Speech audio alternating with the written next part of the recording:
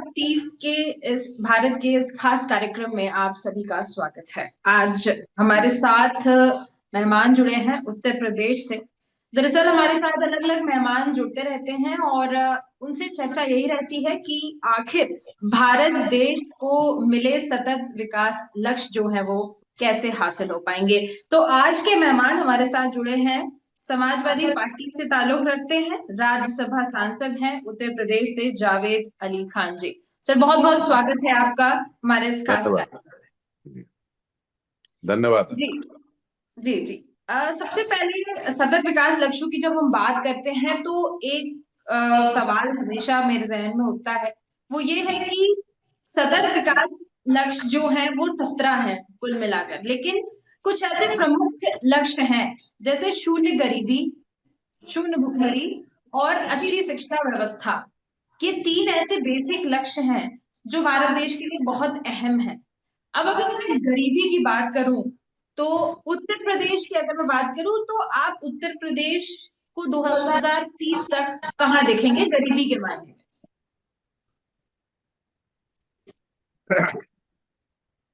देखिए, गरीबी दूर करना जी हर सरकार का लक्ष्य होना चाहिए।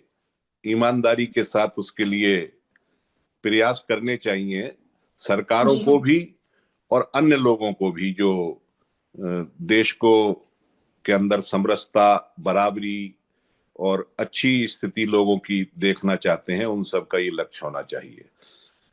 सरकारें अपने अपने एंगल से इसके लिए प्रयास करती हैं, लेकिन बदकिस्मती ये है कि सरकारों द्वारा किए गए प्रयास, दावे तो उनके बहुत ज्यादा होते हैं, लेकिन जमीन पर वो इतने अधिक होते नहीं हैं जितने दावे होते हैं। तो मैं समझता हूं कि 2030 की जहां तक आप बात कर रहे हैं, अभी लग नहीं रहा कि बहुत ज्यादा कुछ उसमें जो वर्तमान स्थिति है उससे स्थिति कोई उसके विपरीत होने वाली है, क्योंकि लक्ष्य तय करना एक अलग बात है और उसके लिए ईमानदाराना प्रयास करना एक अलग बात है। मैं समझता हूं कि जब तक संपत्ति का या धन का कुछ हाथों में केंद्रीयकरण होता रहेगा, तब तक गरीबी सही मायनों में दूर नहीं हो सकती और बराबरी और समरसता का जो लक्ष्य हम हासिल करना चाहते हैं वो करने में परेशानी होगी। तो मुझे 2030 तक कोई बहुत ज्यादा बदलती हुई तस्वीर नजर इस फील्ड में नहीं आ रही। सर, आपने दो ये चीज कही कि लक्ष्य तय करना अलग बात है और उन चीजों को लागू करना अलग बात है, ग्राउंड लेवल पर काम करना अलग बात है। जाहिर सी बात है क्योंकि 2030 के लक्ष्य तो मिल गए हैं, लेकिन जब हम ग्राउंड लेवल पर उतर कर देखते हैं तो चीजें कुछ खास बेहतर दिखाई नहीं देती है। हालांकि जैसा आपने कहा कि सरकार की जिम्मेदारी और सभी सरकारों की जिम्मेदारी है, इस चीज में बिल्कुल कोई भी बैर नहीं है। तो मैं आपसे एक चीज जानना चाहूंगी, हाल फिलहाल में कुछ समय पहले उत्तर प्रदेश सरकार ने कैंपेन लॉन्च किया था, जीरो पावर्टी कैंपेन। उनका कहना है कि उनका ये लक्ष्य 2025 तक उत्तर प्रदेश को गरीबी मुक्त करने का, जीरो पावर्टी करने का। तो आपको क्या लगता है कि 2025 तक जो सरकार का ये लक्ष्य है, उत्तर प्रदेश सरकार का खासतौर पर, वो सफल हो पाएगा? इस पे आप क्या विचार है? देखिए, सरकार चाहे उत्तर प्रदेश की हो या देश की हो, जब तक हम देश के अंदर 80 करोड़ लोगों को मुफ्त अनाज की सुविधा देंगे तो मुझे नहीं लगता कि बहुत जल्दी इस स्थिति से हम उबरने की स्थिति में हैं। बहुत से कारण हैं, उसके राजनीतिक कारण भी हैं उस मामले को कंटिन्यू रखने के लिए, राशन की जो सप्लाई है, और दूसरे कारण ये भी हैं कि वास्तव में गरीबी है भी। तो अब वो किन्हीं कारणों से हम उस स्कीम को बंद नहीं कर पा रहे हैं, लेकिन जब तक इतने बड़ी संख्या में हम लोगों को मुफ्त राशन देंगे, तब तक हम माने या ना माने, लेकिन ये बात सिद्ध होती है कि हम बहुत ज्यादा गरीब हैं और हमारे समाज का बड़ा तबका बहुत ज्यादा गरीबी के स्तर पर है। इसलिए मुझे नहीं लगता कि बहुत जल्दी इस स्थिति से हम उबर पाएंगे। जी, एक पहला जब मैंने सवाल किया था तो आपने कहा था कि संपत्ति और धन कुछ हाथों में अगर केंद्रित रहेगा तब तक कुछ भी ऐसा खास नहीं हो सकता है। तो मैं थोड़ा सा इस बारे में जानना चाहूंगी कि संपत्ति और धन किन हाथों की आप बात कर रहे हैं? मैं जो बड़े पूंजीपति हैं, इजारेदार हैं, जो भारत के संसाधनों पर, भारत की संपत्ति पर, भारत के धन पर लगातार जिनकी पकड़ मजबूत होती चली जा रही है, डेमोक्रेसी जी के अंदर, समाजवाद के अंदर, क्योंकि हमारा देश जो है वो संवैधानिक तौर पर समाजवाद का संकल्प लेता है और समाजवादी व्यवस्था कायम करने की बात करता है, जिसके अंदर बराबरी होगी, जिसके अंदर बहुत सारे अधिकार होंगे लोगों के, सबकी हिस्सेदारी होगी देश के डेवलपमेंट में। वहां संसाधनों पर कुछ खास लोगों का या एक खास वर्ग का, जो बड़े इजारेदार पूंजीपति हैं, उनका जी लगातार पकड़ उनकी मजबूत होती चली जा रही है और जनता की पहुंच से प्राकृतिक संसाधन और दूसरे संसाधन दूर होते चले जा रहे हैं, और वो फिर उसकी कीमत वसूल करते हैं। जिन लोगों के पास वो संसाधन हो जाते हैं उसके उपयोग के लिए या उसका बंटवारे के लिए, वो फिर उसकी मनचाही कीमत वसूल करते हैं। तो मैं समझता हूँ ये स्थिति गरीबी दूर करने के लिए या बराबरी लाने के लिए, समरसता लाने के लिए बहुत सुखद स्थिति नहीं है। बिल्कुल। यहाँ पे समाजवादी पार्टी से आप ताल्लुक रखते हैं, तो मैं समाजवादी पार्टी से जुड़ा हुआ एक छोटा सा सवाल पूछूंगी।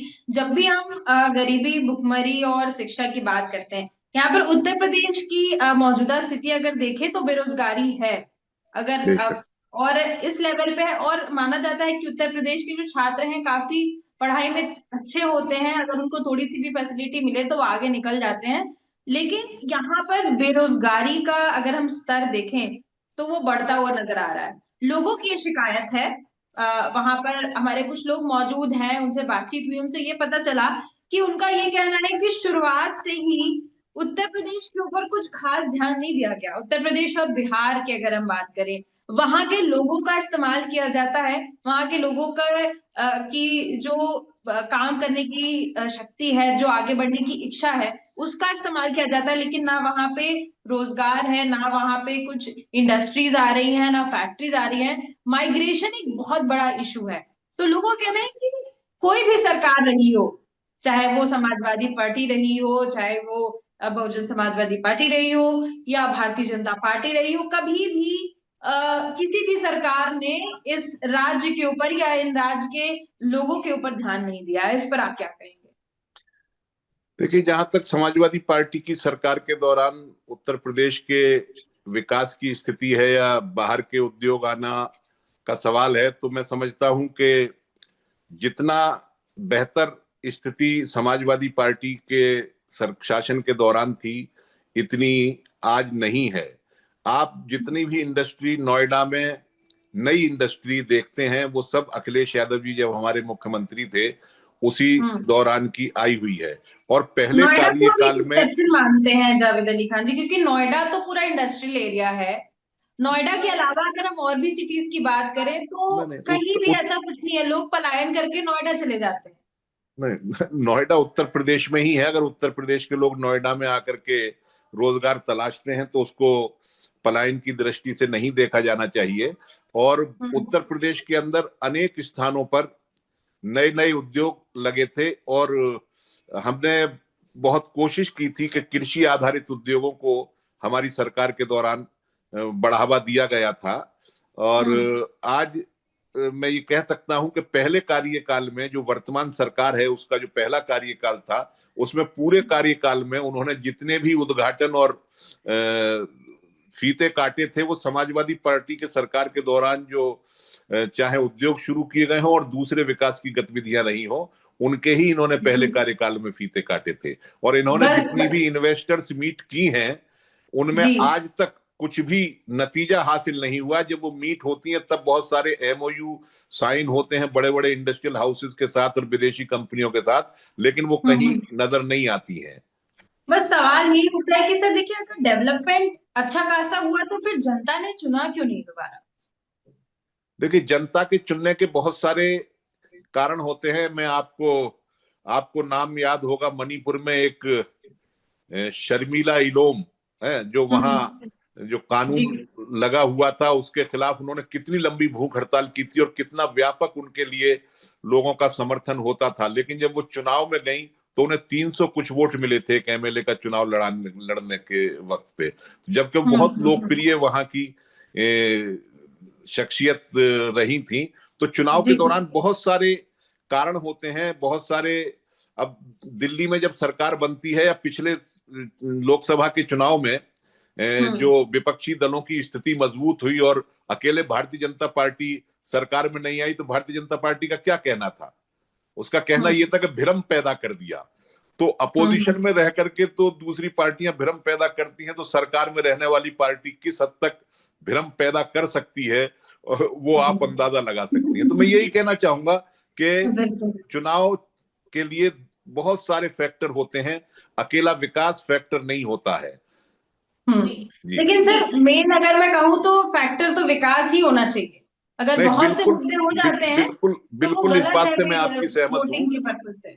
मैं इस बात से पूरी तरीके से सहमत हूं आपकी कि चुनाव के वक्त विकास को मद्देनजर रखा जाना चाहिए और बुनियादी मुद्दा जो है वो विकास ही होना चाहिए चुनाव का। लेकिन अब ये मंदिर मस्जिद के सवाल कहाँ लेकर के जाएंगे, और फिर जिस तरीके से छोटी छोटी घटनाओं को मीडिया के माध्यम से प्रचारित किया जाता है, जो रस्सी का सांप बनाया जाता है, सांप की रस्सी बनाई जाती है, ये सारी चीजें भी बहुत बस वही है ना कि पार्टियां समझती नहीं है कि जनता को भी एक वक्त पर समझ आएगा। जनता मूर्ख नहीं है, एक बार धोखा हो सकता है, 2 बार हो सकता है, तीसरी बार तो समझ जाएगी जनता, और जहां उनको सही लगेगा उसी डायरेक्शन में जाएगी। जी दामिनी, तीसरी बार में काफी कुछ समझी है जी।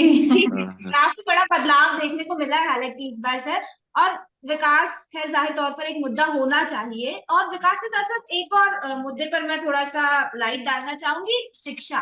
क्योंकि हम अक्सर देखते हैं कि जो चुनाव के पहले प्रचार प्रसार होता है, जो बड़े बड़े वादे किए जाते हैं सरकारों द्वारा, उसमें कहीं भी शिक्षा को उतनी इम्पोर्टेंस नहीं दी जाती जितनी देनी जानी चाहिए। हालांकि एक लक्ष्य हमारा शिक्षा भी है कि 2030 तक भारत देश में शिक्षा का जो स्तर है वो एक बेहतर पैमाने पर पहुंच जाना चाहिए। तो क्या लगता है आज की जो स्थिति है, जिस तरह से शिक्षा मिल रही है युवाओं को, आज के बच्चों को, क्या 2030 तक भारत देश उस लेवल पर पहुंच पाएगा कि लोगों को बेहतर शिक्षा मिल सके?